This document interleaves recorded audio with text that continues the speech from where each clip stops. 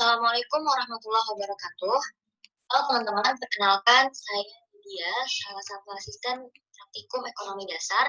Kali ini kita akan belajar mengenai bahan responsi bab 4, yaitu tentang elastisitas. Elastisitas adalah tingkat kepekaan atau perubahan suatu gejala ekonomi terhadap perubahan gejala ekonomi lainnya. Jadi, kepekaan ini artinya semakin dia peka, maka semakin mudah dia mengalami perubahan. Jadi kalau dia tidak peka, maka dia juga akan sulit mengalami perubahan. Atau pengertian lainnya adalah pengaruh perubahan harga terhadap jumlah barang yang diminta atau yang ditawarkan. Jenis elastisitas ada 4, yaitu ada elastisitas permintaan, penawaran, pendapatan, dan elastisitas silang. Kita akan membahas jenis-jenis elastisitas ini satu persatu. Yang pertama ada elastisitas permintaan, atau nama lainnya adalah elastisitas harga.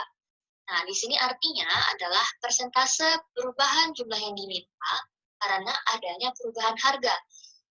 Seperti rumus berikut, yaitu persentase delta QD, di mana delta adalah selisih, dibagi persentase delta P. Jadi sama pengertiannya dengan pengertian sebelumnya tadi, ketika ada perubahan terhadap harga, terhadap persentase harga, maka kita akan melihat pengaruhnya apa yang dialami oleh si perubahan kuantitas yang diminta tersebut. Atau rumus lainnya juga bisa menggunakan diferensial, yaitu do Q D per do P dikali P per Q. Nah, di sini kita menggunakan diferensial kalau diketahui rumus fungsi persamaan dari permintaan tersebut. Nah, karena nilai elastisitas permintaan ini nantinya akan bernilai negatif. Kenapa bisa negatif? Karena seperti yang kita tahu bahwa fungsi umum dari persamaan permintaan itu adalah QD sama dengan A min BP, di mana A adalah konstanta dan B adalah koefisiennya. Nah, di situ nilai koefisiennya bernilai negatif atau ada tanda minusnya. Jadi ketika kita turunkan fungsi QD terhadap variabel B, maka didapat nilainya negatif. Sehingga kalau kita mau mencari tahu barang tersebut bersifat elastis atau tidak, perlu kita beri tanda mutlak dulu nilai elastisitasnya. Jadi nilai elastisitasnya itu ada 3 jenis. Yang pertama, nilai mutlak dari elastisitas permintaan bisa bernilai lebih kecil dari 1. Maka barang tersebut bersifat inelastis. Artinya inelastis ini persentase perubahan kuantitas yang diminta itu lebih kecil daripada persentase perubahan harga barangnya. Jadi, misalnya kalau suatu barang itu mengalami penurunan harga sebesar 10%, maka barang tersebut, jumlah permintaan barang tersebut akan meningkat hanya sebesar 7%. Jadi, lebih besar persentase penurunan harganya daripada kenaikan jumlah barang yang dimintanya itu.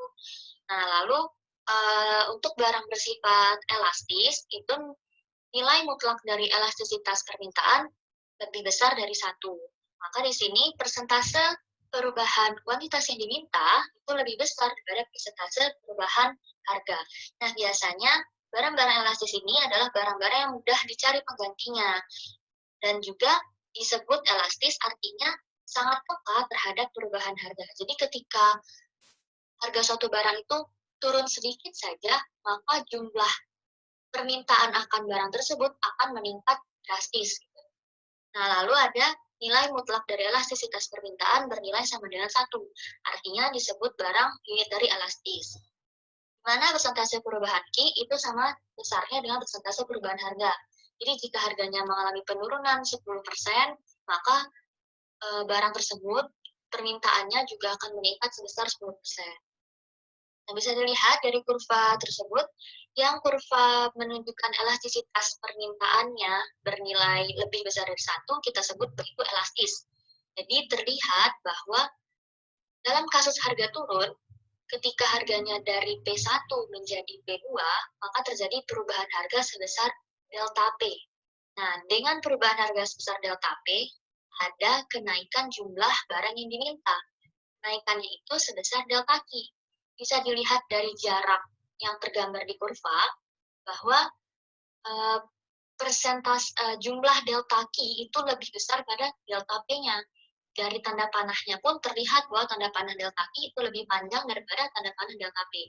Artinya, perubahan kuantitas permintaan itu lebih besar daripada perubahan harga barang itu. Nah, terus ciri-ciri yang kedua adalah kurva permintaan elastis ini lebih landai daripada yang inelastis. Dan dia juga sangat peka terhadap perubahan harga. Jadi dengan penurunan harga sedikit, hanya sebesar delta P, terjadi peningkatan permintaan yang sangat besar, sebesar delta Q itu. Dan contohnya adalah barang-barang mewah, misalnya barang elektronik atau handphone. Nah, lalu untuk kurva permintaan yang inelastis, dia terlihat lebih curam ya daripada yang elastis. Jadi dari kurvanya pun tergambar bahwa jika suatu barang itu harganya mengalami penurunan sebesar delta P, maka kenaikan jumlah barang yang dimintanya hanya sedikit, hanya sebesar delta Q. Jadi tanda panah delta P itu lebih panjang daripada tanda panah delta Q. Artinya perubahan kuantitas permintaan tadi lebih kecil ya daripada perubahan harganya. Contohnya, ini adalah kebutuhan pokok seperti beras. Jadi ketika harga beras itu turun, jumlah permintaan beras itu tidak meningkat drastis karena ada keterbatasan, misalnya rasa kenyang. Jadi kalau biasanya kita hanya beli 1 kilo, walaupun harga berasnya itu lagi turun, lagi murah, kita nggak langsung belinya langsung 20 kilo gitu ya, karena itu makanan sehari-hari yang ada keterbatasan dalam konsumsinya. Misalnya tadi rasa kenyang. Dan sebaliknya, jadi jika harganya naik, konsumen itu juga tetap akan membelinya karena itu merupakan kebutuhan pokok atau kebutuhan sehari-hari. Lalu ada elastisitas pendapatan. Nah, di sini artinya persentase perubahan jumlah yang diminta karena adanya perubahan pendapatan. Rumusnya tinggal diganti, kalau tadi dipengaruhi oleh perubahan harga, sekarang dipengaruhi oleh perubahan pendapatan atau income. Jadi, do Q P per do Q dikali I per K. I per Q. Jadi, kita akan menurunkan fungsi permintaan terhadap variabel I atau income. Nah, berdasarkan elastisitasnya terbagi jadi dua jenis barang. Yang pertama, barang normal. Sama seperti materi bab 3 di bab sebelumnya, barang normal itu disebut jika pendapatannya naik, maka jumlah barang dimintanya akan naik, ceteris paribus. Dan ciri-cirinya adalah elastisitas pendapatannya itu bernilai positif atau lebih dari 0. Lalu yang kedua ada barang inferior. Dia disebut barang inferior jika pendapatan yang naik, maka jumlah barang yang diminta akan turun, ceteris paribus. Dan ciri-cirinya, nilai elastisitas pendapatannya itu lebih kecil dari 0 atau bernilai negatif. Ketiga, ada elastisitas silang. Elastisitas silang adalah persentase perubahan jumlah barang X yang diminta karena adanya perubahan harga barang Y, di mana rumusnya adalah do QX per do PY dikali PY per QX. Nah, di sini ada dua jenis barang, yaitu ada barang substitusi dan barang komplementer. Barang substitusi itu barang yang saling menggantikan, contohnya teh dan kopi. Jadi jika harga teh naik, maka permintaan teh akan turun. Orang-orang akan beralih menjadi membeli kopi, sehingga jumlah permintaan kopi akan naik, ceteris paribus. Nah, ciri-cirinya nilai elastisitas silangnya bernilai positif atau lebih dari 0. Lalu yang kedua, barang komplementer, yaitu barang yang saling melengkapi. Jadi jika harga gula, misalnya harga gula itu naik, maka jumlah permintaan orang-orang terhadap gula itu akan turun, sehingga jumlah permintaan terhadap teh juga akan turun. Ceteris paribus. Ciri-cirinya nilai elastisitasnya bernilai negatif atau kurang dari 0. Lalu selanjutnya ada elastisitas penawaran atau supply. Nah, di sini adalah persentase perubahan jumlah ditawarkan karena adanya perubahan harga. Dengan rumusnya do QS per do P dikali P per Q. Nah, di sini kategorinya bisa sama seperti elastisitas permintaan, ada bersifat inelastis, elastis, militer elastis, dengan dua tambahan lainnya, yaitu ketika nilai elastisitasnya bernilai tak terindah dan bernilai sama dengan 0. Jelasannya berikut ini. Ketika dia penawarannya bersifat inelastis sempurna, artinya barang tersebut nilai elastisitasnya sama dengan 0, dan kurvanya dia tegak lurus atau vertikal terhadap sumbu X. Jadi dibaca, cara baca kurvanya, karena itu tegak di satu titik I, maka berapapun harga yang ditawarkan, kuantitas produk atau barang yang ditawarkan itu tetap hanya di satu titik itu saja, tidak berubah. Sedangkan kebalikannya di penawaran elastis sempurna, di mana nilai ES sama dengan tak terhingga, artinya berapapun jumlah barang ditawarkan, harganya tetap di satu titik P itu saja, tidak berubah. Jadi kurvanya horizontal. Nah, terakhir ada hubungan elastisitas permintaan dengan total penerimaan. Total penerimaan ini istilah lainnya adalah total revenue atau disingkat dengan TR, yaitu jumlah uang yang dibayar oleh konsumen dan merupakan penerimaan bagi produsen. Rumusnya adalah TR sama dengan P kali Q. Di sini kurvanya di sebelah kanan ini ada kurva permintaan ya, elastisitas permintaan. Nah, di sini ada 3 kondisi. Di kondisi pertama, dari titik tertinggi ini sampai ke titik hitam di tengah itu adalah kondisi ketika permintaannya bersifat elastis. Sedangkan di satu titik hitam ini, dia kondisi elastisitas permintaannya sama dengan 1 atau unitary elastis. Nah, mulai dari titik hitam ke bawah sampai ke paling bawah ini, dia kondisi ketika permintaannya inelastis. Dan di bawahnya, ini adalah kurva TR atau kurva total revenue. Di sini tujuannya kita sebagai produsen itu akan menentukan strategi penjualan kita agar kita untung, agar penerimaan kita meningkat, kita harus menaikkan harga barang atau menurunkan harga barang ya. Dan itu tergantung jenis barangnya, elastis atau inelastis. Contohnya yang pertama, pada barang elastis dengan kasusnya harga turun. Jadi, barang elastis itu ada di titik di atas titik hitam ini ya, dari di atas titik hitam ini sampai ke paling atas. Nah, P1 di situ kita tarik garis putus-putus sampai ke kurva elastisitas permintaan, kita tarik lagi garis putus-putus sampai mengenai kurva TR. Artinya, ketika harga barang itu bernilai P1, maka total revenue penjual itu senilai A, nilai titik A. Nah, kasusnya harganya turun dan jadi P2, jadi P2-nya ada di bawah P1. Ketika harganya sebesar P2, total penerimaan penjual itu sebesar E, sebesar titik B ini. Nah, bisa kita lihat dari titik A ke titik B, ini posisinya meningkat, naik gitu ya, naik ke atas. Jadi, jika harga barang elastis tersebut turun dari P1 menjadi P2, maka total penerimaan yang diterima oleh penjual akan meningkat sebesar jarak dari titik A ke titik B. Jadi ini kesimpulannya, kita sebagai penjual, strateginya supaya menguntungkan, maka harus menurunkan harga barang tersebut, sehingga total penerimaan kita bisa meningkat. Lalu contohnya pada barang elastis ketika kasusnya harga naik. Nah, dengan harga P1, ini kita lihat total penerimaan yang diterima penjual itu sebesar A. Lalu ketika harga naik jadi P2, total penerimaannya sebesar B. Kita lihat dari titik A berubah ke titik B itu dia posisinya turun ke bawah. Sehingga ketika harga barang elastis itu naik, maka total penerimaannya akan turun. Jadi ini strategi yang kurang tepat. Nah, sedangkan untuk barang inelastis, pada kasus harga naik, karena dia barang inelastis, maka kita menetapkan posisi harganya di bawah titik yang hitam ini, di bawah titik yang tengah. Jadi P1-nya di sini, kita tarik garis putus-putus ke kurva TR, didapat dengan harga barang sebesar P1, maka total penerimaannya sebesar A. Lalu harga barangnya naik jadi P2, maka total penerimaan yang didapat sebesar B. Dan kita lihat dari titik A ke titik B, itu perubahannya adalah meningkat, naik ke atas. Sehingga ini merupakan strategi yang tepat bagi seorang penjual barang inelastis, seperti bahan-bahan pokok, misalnya beras.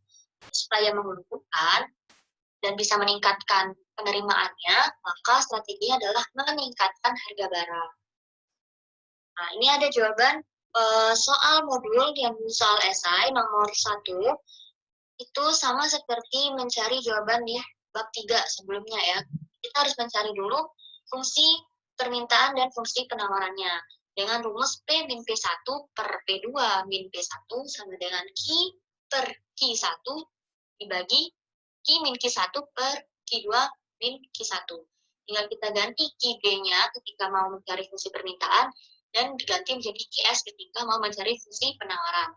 Nah, didapat QD-nya sama dengan 800 min P dan QS-nya P plus 600. Lalu soal yang B diminta keseimbangan. Rumus keseimbangan adalah QD sama dengan QS. Karena sudah dapat fungsi penawaran dan permintaannya, tinggal kita masukkan ke rumus.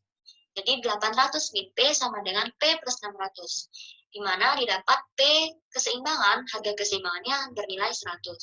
Dan ketika mau mencari jumlah keseimbangan, tinggal dimasukkan ke salah satunya. Boleh masukkan ke QD, boleh juga ke QS. Karena hasilnya akan sama saja, yaitu 700. Nah, lalu yang di soal C, ditanya elastisitas permintaannya berapa? Rumusnya, itu sudah kita lihat di awal tadi, yaitu Do QD per Do P kali P per Q.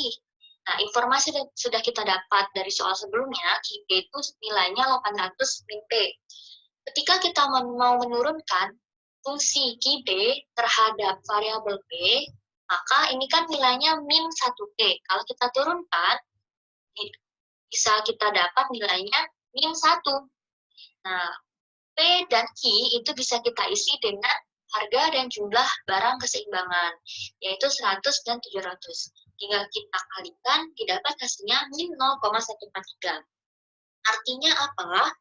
Artinya, jika harga barang naik 1%, maka jumlah barang yang diminta akan turun sebesar 0,143% ceteris paribus. Jadi di sini tanda minus adalah kode atau pertanda bahwa jika harga barangnya naik, maka jumlah barang yang dimintanya akan turun. Maka ada hubungan negatif antara harga dengan jumlah barang yang diminta. Lalu 1D ada elastisitas penawaran. Dengan rumus yang sama, tinggal kita ganti, yang kita gunakan adalah fungsi penawaran, yaitu QS. Fungsinya sudah kita dapat sebelumnya, yaitu P plus 600. Sehingga kita turunkan variabel P dari persamaan QS ini bernilai 1 ya, biasanya 1P. A didapat 1 dikali 100 per 700, dan hasilnya adalah 0,143. Artinya, jika harga barang naik 1%, maka jumlah barang yang ditawarkan akan naik sebesar 0,143% ceteris paribus. Di sini nilai elastisitas penawarannya bernilai positif, artinya ada hubungan searah antara harga barang dengan jumlah barang ditawarkan. Terus 1E, saat harga laptopnya Rp50 per unit, maka tinggal kita masukkan ke fungsi QB dan fungsi QS. Nilai B-nya didapat, nilai QB-nya ternyata lebih besar daripada QS, sehingga terjadilah excess demand. Sekarang kita akan menggambarkan kurvanya. Pertama, kita akan menggambar kurva permintaan terlebih dahulu. Sudah kita dapat informasinya, QB sama dengan 800 min P. Kita misalkan, jika Q sama dengan 0, maka P sama dengan 800. Maka di sini adalah titik 800-nya. Lalu, jika P sama dengan 0, Q sama dengan 800. Maka kita masukkan 800 di sumbu Q. Kedua titik ini kita hubungkan dengan garis lurus. Dapatlah dia kurva permintaan. Lalu untuk kurva penawaran, fungsinya adalah P 600. Kita misalkan, jika Q sama dengan 0, maka P sama dengan min 600. Jika P sama dengan 0, maka Q sama dengan 600. Kita tarik garis lurus, didapatlah kurva supply. Keseimbangannya sudah kita dapat dari soal sebelumnya, yaitu 100 dan 300. Lalu kita masukkan informasi ketika harganya bernilai 50. Di harga 50 ini kita tarik garis putus-putus sehingga dia memotong di kurva supply dan kurva demand. Nah, ketika dia memotong di kurva supply, maka dia adalah kuantitas yang ditawarkan, yaitu sebesar 650. Dan ketika dia memotong kurva demand, maka itu adalah jumlah barang yang diminta, itu sebesar 750. Maka dari gambar ini terlihat bahwa terjadi excess demand. Lalu untuk soal nomor 2, sudah diketahui fungsi permintaan dan fungsi penawarannya. Ditanya keseimbangannya, maka tinggal kita masukkan 50.000 min 2P sama dengan min 10.000 plus 4P. Dapat harga keseimbangannya sebesar 10.000 dan QE-nya sama dengan 30.000. Lalu yang 2B ditanya, berapa elastisitas permintaannya? Sama seperti cara sebelumnya, yaitu do QD per do P dikali P per Q. Karena tadi fungsi QD-nya adalah 50.000 minus 2P, ketika kita turunkan variabel P, maka didapatlah nilainya minus 2. Dan P per Q-nya kita isi dengan nilai keseimbangan, yaitu 10.000 dibagi 30.000. Hasilnya adalah minus 0,667. Interpretasinya, jika harga barang naik 1%, maka jumlah barang yang diminta akan turun sebesar 0,667% setaris paribus. Atau, kita kalikan 1% yang di sini menjadi 100%, berarti kita kalikan 100. Nah, maka bisa kita ganti juga kalimatnya, jika harga barang naik 100%, maka jumlah barang yang diminta akan turun sebesar 66,7% setaris paribus. Dari mana 66,7?